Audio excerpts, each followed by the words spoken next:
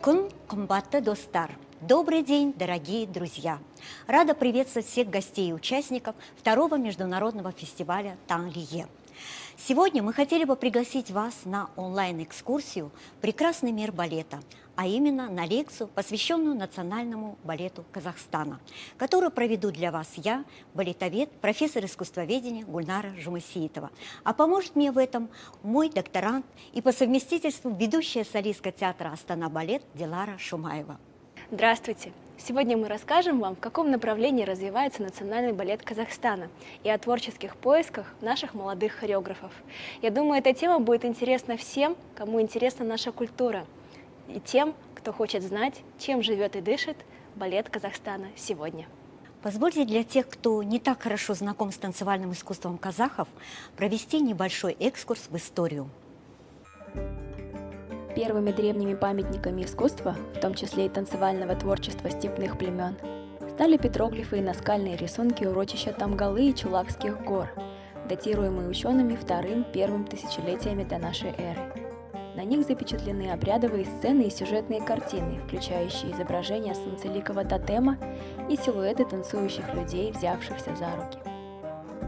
Сакский период, известный высоким уровнем художественного украшения изделий из меди, золота, бронзы, кожи и дерева, оставил после себя рисунки ритуальных, а также военных плясок, предназначение которых выражалось в поднятии боевого духа воинов. Сакские содружества избирали племенных вождей как из ряда мужчин, так и женщин. Царицы Тамирис и Зарина в современном художественном представлении стали прообразами женщин-воительниц. Со времени язычества также остались свидетельства о танцах шаманов – бахсы-воина. Казахские бахсы верили, что древние духи на призыв входят в их пляшущее тело и помогают в заклинании. Но не только древнее шаманство использовало архаичную практику народного танцевального творчества. В более позднее время, в VIII веке, оно легло в основу интеллектуального движения суфиев – дервишской пляски. В средние века отдельные роды и племена имели своих мастеров-танцовщиков и комиков – кулар. Их традиции впоследствии развили поэты-импровизаторы, талантливые артисты и любимцы народа – салы и сере, заложившие основы национального актерского мастерства, драматического, танцевального и циркового искусства. Приезд этих так называемых степных щеголей был для каждого аула настоящим праздником. Письменные источники европейских и русских путешественников и исследователей XVIII-XIX веков отмечают особую природную музыкальность народа и танцевальность Кюев-Тетибета, Даулеткерея и Курмангазы. Все движения казахского танца имеют глубокий смысл и внутренний психологический подтекст, в которых отразились художественно-образное мышление народа, его древнейшие воззрения и мироощущения. Одни движения поэтизированно передают манипуляции человека в процессе труда, другие вторят казахскому орнаменту. Некоторые пластически воспевают явления природы или имитируют движения и повадки птиц и зверей. Иные родились просто из особенностей одежды и обуви кочевника, например, каблука. С образованием Казахской ССР связано активное развитие профессионального танцевального искусства. При участии приезжих кадров и местных знатоков народного творчества появляются первые профессиональные коллективы и театры, танцовщики, а также балетмейстеры – Абиров, Райбаев, Тлеубаев, Аюханов и другие. Казахский танец представляется на большой сцене театра оперы и балета имени Абая, молодого балета Алма-Аты, ансамблями песни и танца Казахской ССР, Кульдер и Алтынай. Обретение Казахстаном независимости стало новым толчком в развитии национального искусства. Как вы могли видеть в сюжете, наш первый театр оперы и балета ведет свою историю с 1934 года. Первый национальный балет был поставлен по мотивам известного эпоса. Надо отметить, что с самых первых шагов национальная хореография часто обращалась к фольклорным сюжетам и образам, к эпическому наследию народа. Премьера национального балета «Калкаман Мамыр» в 1938 году стала этапным стартом для творческих поисков в области национального балетного искусства. В эти же годы распахнула свои двери первая балетная школа Казахстана. Стали открываться новые хореографические коллективы. Начиная с 60-х годов постановки стали осуществлять свои хореографы, получившие балетмейстерское образование в ведущих вузах Москвы и Ленинграда.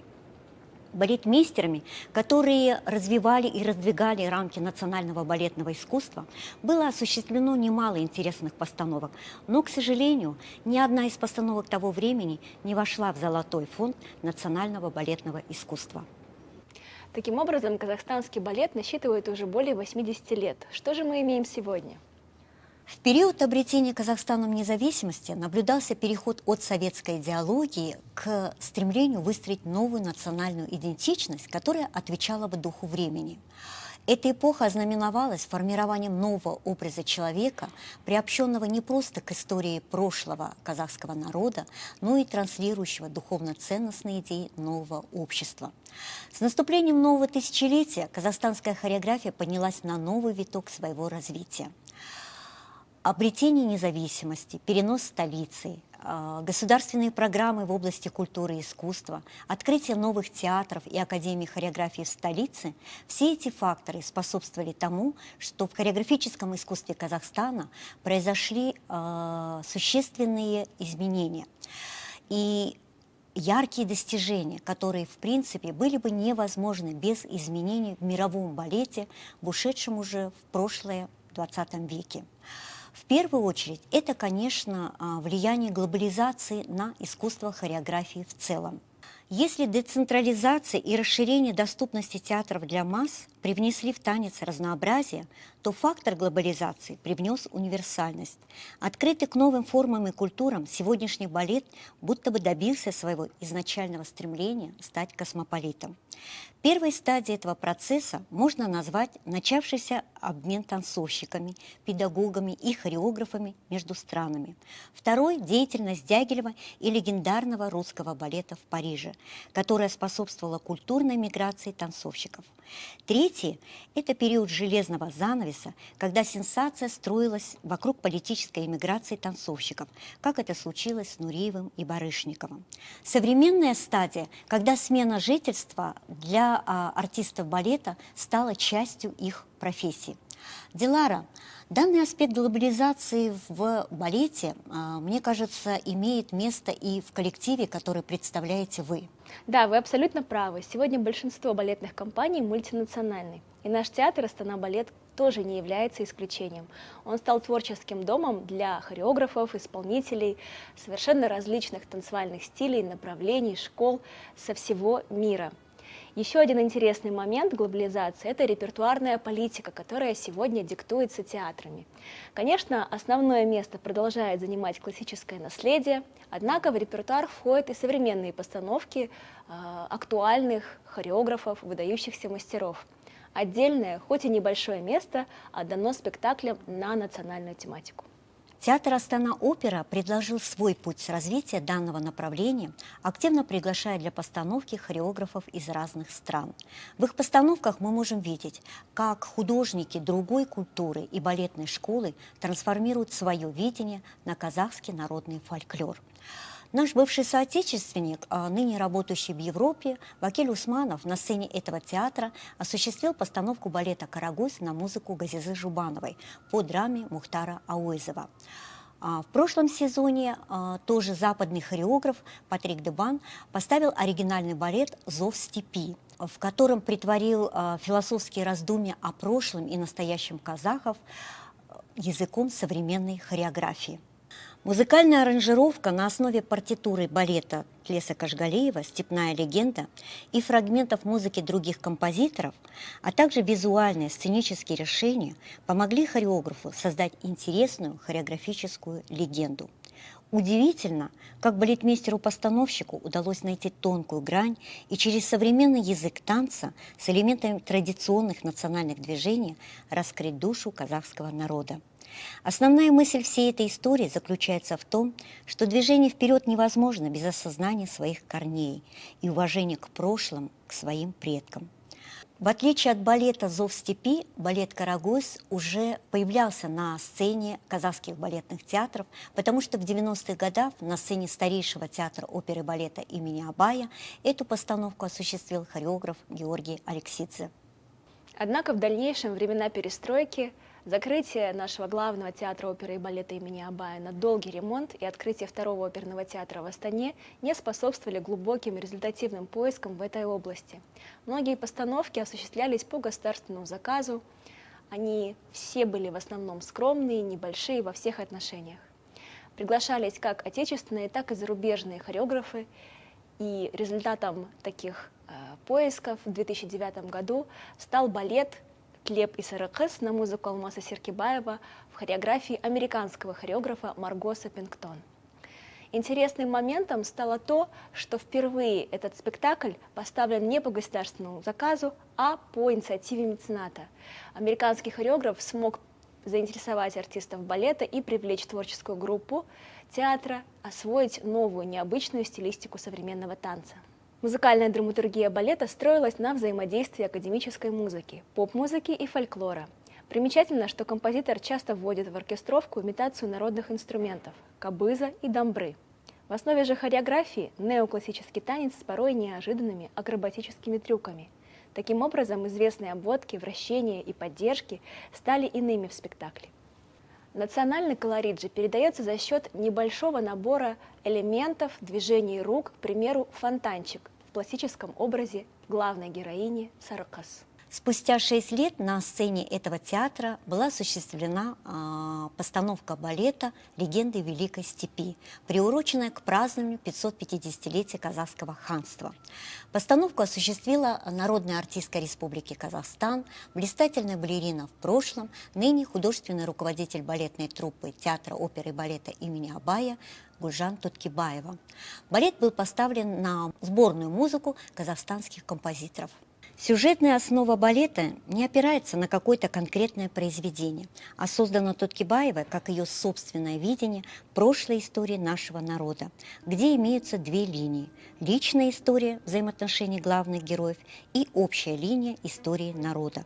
Объединяющим персонажем этих двух линий стал дух степи. Хореографическая лексика этого балета построена на основе классического танца с обильными вкраплениями элементов и стилистики казахского танца. Особо ощутимо это в танце девушек-подруг, в орнаментальных положениях рук и выразительном корпусе, использование известных движений, как толкан, кошкар-мүйіз и других. Танец воинов представляет собой интересную авторскую интерпретацию общепринятого мужского казахского танца. В танце есть известные элементы джигитовки, скачки на лошадях, различные вращения и приседания. Но при этом хореограф обогащает его технически экспрессивными элементами мужского классического танца. В итоге получился яркий динамичный танец, интересный с точки зрения хореографической стилистики. Ну а на сегодняшний день количество наших отечественных хореографов не столь велико, а работающих в национальном ключе еще меньше, к сожалению.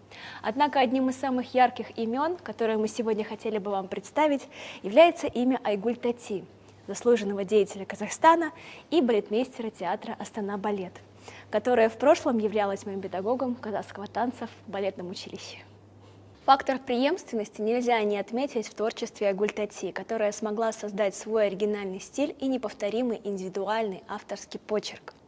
Заслуга Айгуль Тати состоит в том, что она смогла, не отвергая достижений прошлого, выявить новые пути для стилизации казахского национального танца. Она ставит перед собой задачу вывести его на новый уровень осмысления. С ее слов: «Я не хотела бы оставаться в том формате режиссерских приемов, в котором ставили до нас. Мне хотелось бы выйти за рамки традиционного казахского танца, создать что-то новое, копнуть глубже, поискать новые формы, как-то раскрыть нашу казахскую индивидуальность и колорит». И она пробует это в первую очередь в рисунке танца, доказательство чего мы видим в описаниях ее работ молодым поколением учеников и исследователей, которые описывают ее хореографию как построенную на основе сценических канонов, принципах зеркальности, последовательности, симметрии и асимметрии. Они говорят о поиске хореографических перестроений, причудливой игре хореографического языка, как лексического, так и композиционного. Визитной карточкой балетмейстера-постановщика и театра «Астана балет», где Тати осуществила ряд замечательных работ, являются танцевальные номера «Асим Конгар», «Уло Дала», «Аккыз», «Шатек», «Нур-Шашу». Именно в них раскрылось дарование Тати как мастера казахского танца. Свежесть и своеобразие впечатлений от ее работ, наверное, можно в первую очередь объяснить тем, что они не отяжелены каким-то смысловым наполнением. В них мало буквальной сюжетности, наглядной иллюстративности, но при этом они наполнены чувственностью и образностью, духом народа, пониманием художественной эстетики казахского народа. И достигается это, на мой взгляд, в первую очередь благодаря изумительному художественному чутью Тати как хореографа. Особенно ей удаются женские танцы. В миниатюре «Арулар» из репертуара театра «Астана балет», поставленного на 16 исполнительниц под музыкальное сопровождение этнофольклорной группы «Туран», хореограф рисует образ молодых красавиц посредством деталей их костюмов и элементов национальных ритуалов. Но помимо этого много значения придается хореографическому узору, а именно обыгрыванию формы солярного круга, который символизирует самосовершенство и самодостаточность и одновременно переплетается с очертаниями формы верхней части юрты шанраком. Таким образом, рисунок танца, в котором малые круги трансформируются в более крупные, дополненные округлыми положениями рук и корпуса, создают ощущение мягкости, учтивости характера главного образа номера юной казахской красавицы.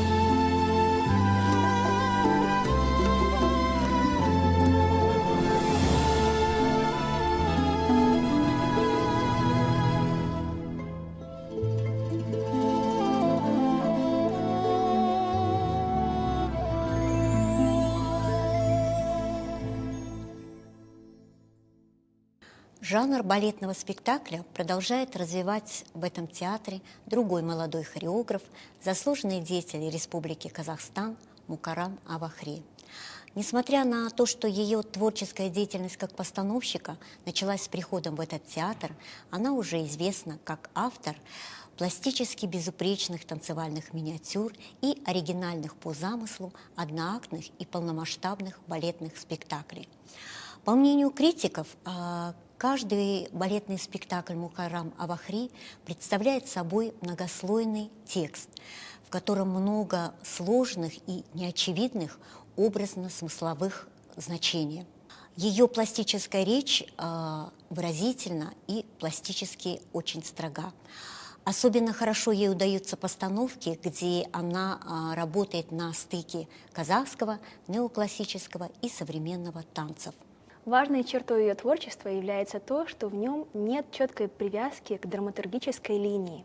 Однако ее образы всегда легко читаемы, потому что она обращается к таким важным для казахов символам, как войлок, камень, полынь. Ее первый одноактный балет «Жусан» на музыку казахстанских и зарубежных композиторов языком пластики повествует об исторической памяти Великой Степи и населяющего ее народа. Решением автора стал отказ от изобразительности национального компонента в пользу попытки возбудить в памяти зрителя эмоции, испытанные каждым в важных моментах жизни. Литературный конвой взяты поэтические строки либретиста Бахыта Каирбекова. В отсутствии сюжетности Авахри и Каирбековым был найден точный и объемный символ полыни, который позволил хореографу быть свободным в путешествии по пространству казахской культуры. Хореограф не бросает вызов, не провоцирует, а пытается аккуратно возбудить в памяти зрителя забытые импульсы и ощущения, возможно, из детства, вернуть вкус жизни и уважение к собственной культуре. Следующей работой Авахри стал одноактный балет «Язык любви» на поэтические строки Абая, которые хореограф попытался перенести на балетную сцену языком хореографической лексики. Однако, на наш взгляд, наиболее удачные эксперименты оказались в последней работе, полномасштабном балете «Султан Бейбарыс» на музыку Шангалиева и Альпиева. Балет повествует о великом полководце и правителе Египта XIII века. Похищенный в детстве и проданный в рабство мамлюкам, он смог вырасти отважным воином и остановить нашествие крестоносцев, а впоследствии и монголов. Однако, всю жизнь оставаясь в душе кипчаком, он смог сохранить яркие воспоминания о родной степи. Гульнара Тазабековна, удалось ли вам попасть на премьеру во время пандемии? Да, мне удалось посмотреть этот балет, и, на мой взгляд, балет получился цельным, драматургически выстроенным. При этом он обладает такой силой психологического воздействия, мощной энергетикой. Хореограф, вот, наверное, в этой работе импонирует то, что она не отказалась от сюжета, не отказалась от жизненной событийности, от которой сегодня большинство хореографов все-таки дружно отходят. Ни в балете самом, как бы ни в сюжете, ни в хореографии нет каких-то таких наворотов, которые бы уводили в глубины подсознания, но при этом балет обладает такой эмоциональной наполненностью, которую хореограф достигает разными выразительными средствами. Премьера балета «Султан Бейбарс» знаменует собой возвращение деятелей национальной хореографии к полноформатным балетным спектаклям, к живописной театральной форме. Порадовал ценителей хореографического искусства и новый креативный ход театра «Астана-балет», который был приурочен к премьере. Это подготовка полной киноверсии балета для зрителей, которые из-за пандемии не смогли посетить премьеру. Говоря о современности, мы не можем не упомянуть то, что достижения балетного искусства в мире также повлияли и на развитие отечественной хореографии. Неоклассическая хореография, современные направления танца и различные его стили породили интересный феномен – неоказахская хореография. Термин, который мы все чаще используем в описании процессов, происходящих сегодня в области национального танца. Термин этот был введен в обиход и используется в творчестве молодым хореографом и исследователем Анварой Садыковой. По ее мнению, данное направление опирается на опыт классического, народно-сценического танцев, современной хореографии и глубокие традиции танцевальной культуры казахского народа. Хореограф признает, что идет по пути, предложенному мастерами прошлого, являясь продолжателем традиций в новом времени. По мнению критиков, Анвара Садыкова ищет свой путь и смело берется за расширение жанровых и стилистических возможностей национальной хореографии. Смелость и неожиданность сочетания танцевальных элементов и использование неординарного музыкального материала для своих постановок – творческая черта этого молодого хореографа. Ее последняя большая работа «Легенда о Жельторанге» раскрыла именно ее с неожиданной стороны, раскрыла ее дарование как хореографа. Сюжетной основой балета послужила древняя легенда о дереве, которое называется Жельторанге, и оно растет на степных просторах нашей земли. Для казахов это дерево считалось очень ценным и сакральным, но сегодня эта связь обрывается, ведя человечество к глобальным экологическим проблемам. Хореограф весьма тонко и смело насыщает сюжет древней легенды выразительными ассоциациями, проецируя их на современные проблемы экологии, тем самым превратив спектакль в философское раздумье о взаимоотношении природы и человека, жажды наживы и неизбывной печали о потерях. Хореография, предложенная Садыковой, как и музыка, решена в современном стиле с использованием классического танца и национальной пластики. Значимость спектакля в том, что новая работа объединила талантливых представителей национальной культуры, которые не первый раз встречаются на этой сцене, имеют опыт работы в балетном искусстве. Концептуальная идея либретто балета, созданная известным поэтом Бахытом Каирбековым, предельно понятна каждому зрителю, при этом философски глубока и многослойна. Музыка Куата Чельдибаева привлекает яркой современностью музыкального претворения казахской сакральной музыки, выраженной через мелодичные эмоциональные темы. Дизайнер костюмов и сценограф, также отечественные деятели, сумели создать по-настоящему театральное впечатляющее оформление.